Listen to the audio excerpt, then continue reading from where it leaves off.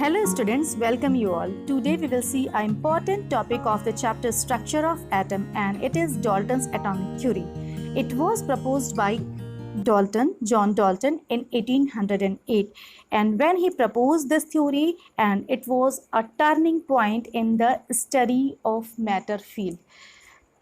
As we know that all the matters, all the substance are made up of very tiny particle. In the introduction of this chapter, we have seen that these tiny particles are non-divisible and we call it atom.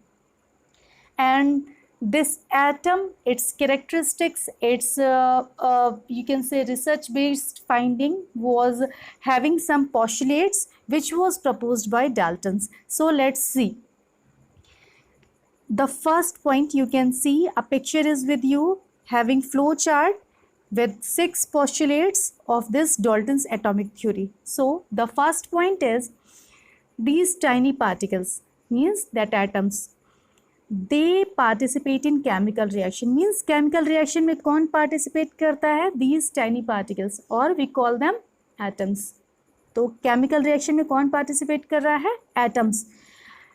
We must pay attention that I am talking about chemical reaction, not the nuclear reaction. Here everything is just about chemical reaction. If I say the nuclear reaction, then the whole concept will change. So please don't confuse. This is about chemical reaction.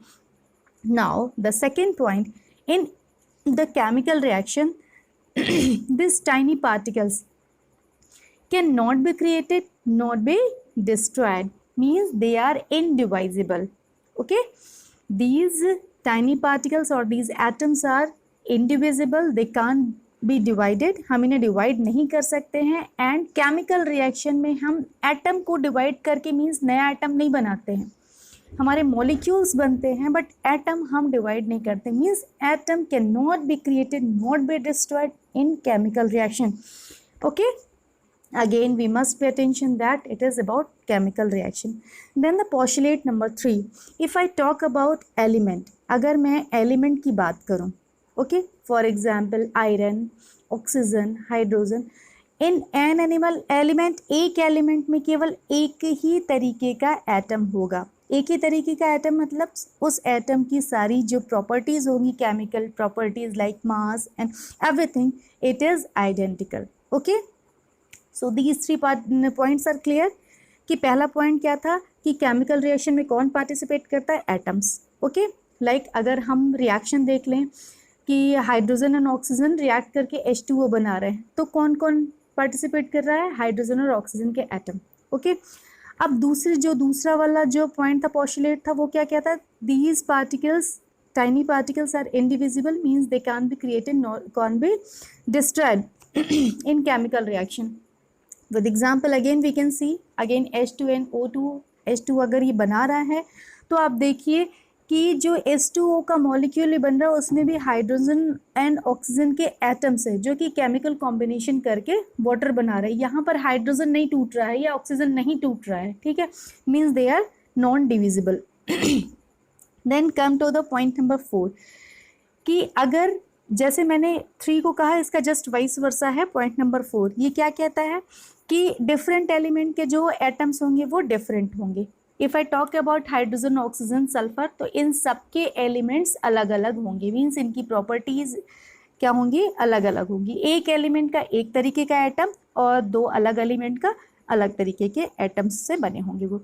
Now point number 5, atoms होते हैं वो एक constant proportion में वो react करते हैं और compound बनाते हैं, जो कि हमने already law of constant proportion का पढ़ रखा है. The relative numbers and kind of atom are constant in a given compound. मतलब हम H2O ले लें तो H2O कहीं का भी हम वाटर लेके आएंगे तो इसमें हाइड्रोजन और ऑक्सीजन का जो रिलेटिव नंबर है और उनका प्रोपोर्शन है, ये क्या है? कांस्टेंट. इसी तरीके से अगर हम बात करें सल्फ्यूरिक एसिड की, तो इसमें हाइड्रोजन, ऑक्सीजन और सल्फर का जो रेशियो है वो भी क्या है? कांस्टेंट है. तो कहने का मतलब ये कि जो रिलेटिव नंबर होता है इनका फिक्स होता है एक कंपाउंड में, किसी भी एटम का. Then the point number 6. Point number 6 क्या कह रहा है कि atom combine in ratio of whole number. It automatically ये किस बात को कह दे रहा है, पॉइंट नंबर 2 को ये जस्टिफाई कर रहा है, मीन्स कि एटम्स डिविजिबल नहीं है, इसीलिए वो कैसे रिएक्ट करते हैं, होल नंबर के इंटैक्ट ये रिएक्ट करते हैं किसी भी केमिकल रिएक्शन में, और क्या बनाते हैं, कंपाउंड बनाते हैं। सो ये था पूरा कॉन्सेप्ट डाल्टन्स एटॉमिक थ्योरी का। वी कैन कंक्लूड दैट कि atoms can not be created or can't be destroyed in chemical reaction. They are very tiny particles, they react in whole number. ये तीनों चीज़ें एक जैसी हैं। फिर एक ही एलिमेंट में एक तरीके के एटम्स पाए जाते हैं और डिफरेंट एलिमेंट्स में डिफरेंट तरीके के एटम्स पाए जाते हैं। And the third conclusion we can just conclude it like कि एक कंपाउंड में जितने भी एटम्स होते हैं वो रिलेटिव उनका जो नंबर होता है वो फिक्स होता है। So it was all about this theory. Hopefully it helped you to understand. Thank you very much. Stay healthy, stay safe, stay motivated.